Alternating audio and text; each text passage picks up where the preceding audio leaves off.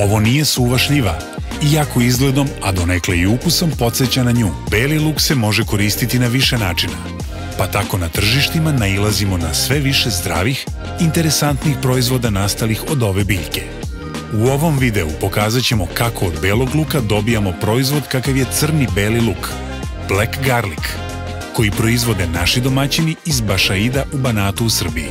Ovaj proizvod od belog luka dobijen je jednom vrstom dugotrajne fermentacije, pri čemu pored izgleda beli luk menja i hemijski sastav, naravno onda i ukus. Da li ste mogli zamisliti da će vaše dete sa ovakvom slašću jesti beli luk? Da li ste vi mogli zamisliti da ga nesmetano svakodnevno jedete? Zbog uklonjenog specifičnog mirisa i ljutine, deca ga konzumiraju bez ikakvih negodovanja. To je veoma pozitivno s aspekta preventive zdravlja i navikavanja mlađih populacija na zdraviju hranu. Put do crnog belog luka nije lak i mi ćemo sada opisati ceo postupak proizvodnje belog luka koji je glavni glumac u ovoj priči. Od dobrog proizvoda, dobijenog na njivi, kasnije u fermentorima, dobijamo onu poslasnicu s početka priče, to je crni luk ili black garlic. Beli luk spada u jednu od najstarijih povrtarskih vrsta. Rimljani su ga nazivali alium, što na persijskom jeziku označava ljutinu i žestinu. Čitav rod u kojem se nalaze svi lukovi dobio je ime po njemu. Koristile su ga u ishrani najstarije civilizacije. On je od davnina i hrana i lek. Beli luk vodi poreklo, kao i većina lukova iz centralne Azije, gde se i danas nalazi u prirodi veliki broj divljih formi. To je deo Azije koji predstavlja takozvani primarni centar njegovog porekla. Na Mediteran je introdukovan beli luk krupnijih glavica, odakle su ga pre svega Španci, Portugalci i Francuzi širili Evropom i dalje po svetu. Zbog toga se ovaj deo Evrope smatra njegovim sekundarnim centrom porekla. Postoji više različitih varijeteta belog luka, a treba znati da se kod nas gaji Allium sativum, varijetet vulgare, bez i sa cvetonosnim stablom na kojem se formiraju vazdušne lukovice. U okviru njih postoje dva tipa, u zavisnosti kada njihova proizvodnja započinje. To je jesenjak i prolećnjak. Jesenji beli luk ima krupniju glavicu, s manjim brojem čenova i manjim sadržajem suve materije u odnosu na proletnji beli luk. Jesenji beli luk se zbog toga slabije i kraće čuva, ali zbog većih prinosa i krupnijih lukovica često je prvi izbor za proizvođača i to onaj bez cvetonosnog stabla. U svetu se beli luk gaji na preko 1.650.000 hektara, a najveći svetski proizvođač je Kina u kojoj se proizvede čak 72% od ukupne svetske proizvodnje.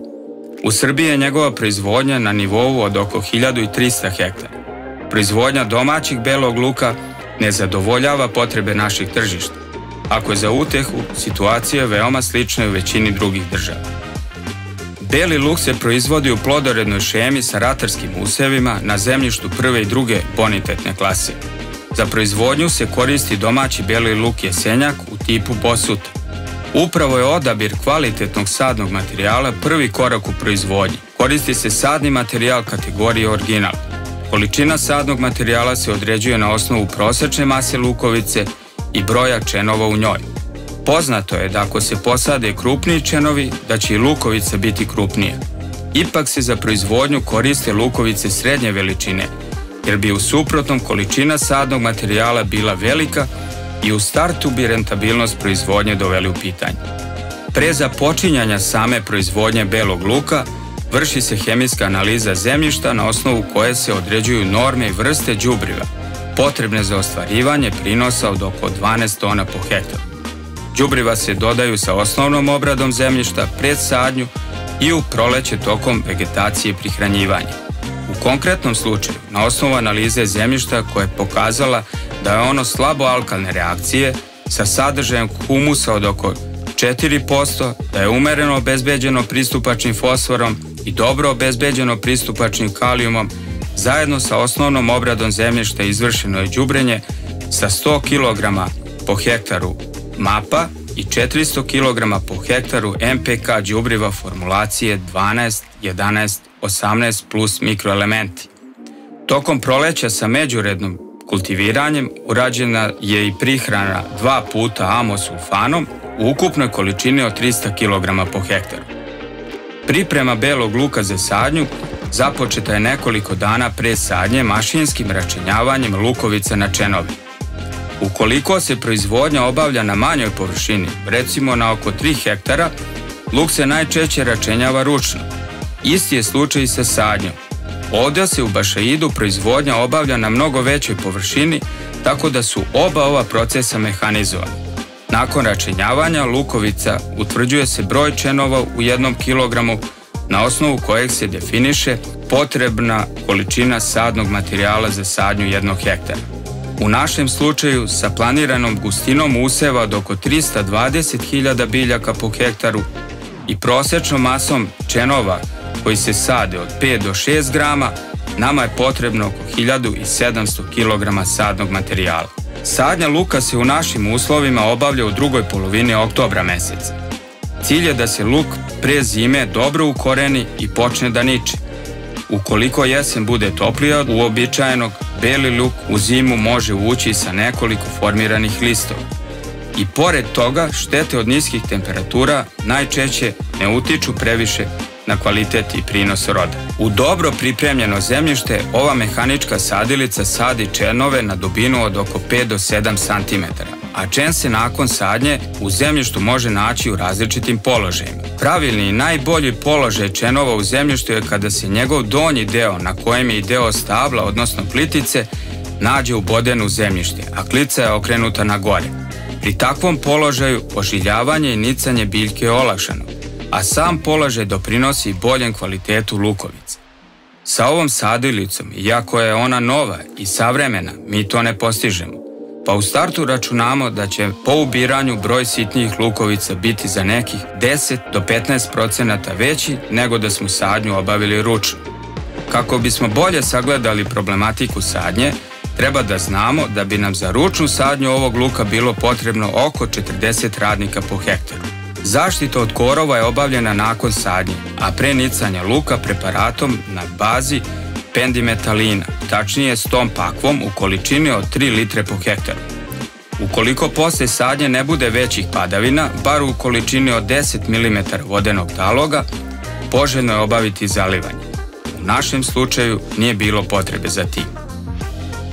Nakon obavljene sadnje dolazi zima, kada se radovi na polju svode na minimum, a naš beli luk se polako ukorenjava i lagano raste čekajući bolje prolećne uslove. Uđenjem prirode u proleće, naš luk na njivi počinje sa intenzivnim porastom, ali postaje podložniji bolestima i štetočinama. Iz tog razloga monitoring polja sa lukom se pojačava i primenjuju se mere kojime se rješavaju nadolazeći problemi. Koliko god birali uredne i od korova čiste njive, problema sa korovima u usevu luka će uvek biti. Nadalje, u ovoj prolećnoj sezoni borbu sa korovima vodimo pre svega mehaničkim putem, kultiviranjem ili plevljenjem. Bolesti štetočine se prate i na osnovu naših observacija izvodi se zaštita sredstvima koja su dozvoljena u proizvodnji belog luka. Konkretno, do momenta vađenja luka, koja pada krajem juna meseca, mi smo obavili 2 tretmana fungicidima i insekticidima. Poseban akcenat je stavljen na suzbijanje bolesti plamenjače, rđe i truleži, a kod štetočina na suzbijanje lukove muve. Od presudnog značaja za kvalitet i prinos lukovice je da se pri pojavi ovih problema obavi adekvatna zaštita. Posle skoro 8 meseci koje je beli luk proveo na njivi, došlo je vreme njegovog vađenja. Beli luk se vadi iz zemljišta kada su lukovice i čenovi u njima dobile odgovarajuću veličinu, a listovi su i dalje zelene boje. Vađenje belog luka može da se obavi ručno i mašinski. Na većim površinama dominantan vid berbe je mašinski. I u našem slučaju vađenje je obavljeno mašinskim putem, pri čemu su izvađene biljke vezane u manje snopove kako bi se dosušivanje luka obavilo u natkrivenim promajnim mestima. Tokom dosušivanja hranljive materije se iz još zelenog lista prebacuju u lukovicu, a suvi ovojni listovi potpunije i jače obavijaju pojedinačne čenove i samu lukovicu. To je od presudnog značaja za dugotrajno čuvanje belog luka. Taj proces dosušivanja traje oko 30 dana, nakon čega se vrši grubo čišćenje lukovica od osušenih listova. Lukovice se nakon dosušivanja smeštaju u hladnjaču, gde se čuvaju do prodaje na temperaturama od 0 do 3 stepena. Lukovice belog luka obično se čuvaju nekoliko meseci nakon berbe kako bi se obezbedile zalihe tokom cele godine za kupce. Po potrebi se luk iz hladnjače vadi, odnosi na klasiranje, pakovanje ili čišćenje u zavisnosti od toga za koju namenu je predodređen. Crni beli luk se uglavnom obrađuje na temperaturama od 40 do 90 stepeni, relativnoj vlažnosti od 60 do 90% i u periodu inkubacije od 10 do 90 dana. Postoje različiti planovi termičke obrade. U zavisnosti od tih rešenja dobijaju se proizvodi koji se razlikuju po boji, ali i ukusu. Ove kombinacije daju velike mogućnosti za stvaranje specifičnog proizvoda, poznatog ukusa. Svakako, pored uslova u kojima se luk fermentiše, veliki uticaj na ukus crnog belog luka ima i sorta, kao i agroekološki uslovi u kojima je ona gajena. U procesu fermentacije možemo koristiti cele lukovice, neočišćene ili pak očišćene čenove, kao i delove čenova. U našem slučaju fermentišu se očišćeni čenovi koji se kao takvi u različitim pakovanjima i nude tržištu. Fermentacija se obavlja na temperaturi od 60 stepeni i pri relativnoj vlažnosti od 90% u trajanju od 45 dana. Crni beli luk ima veliku listu blagotvornih svojstava koja pozitivno utiču na ljudski organizam.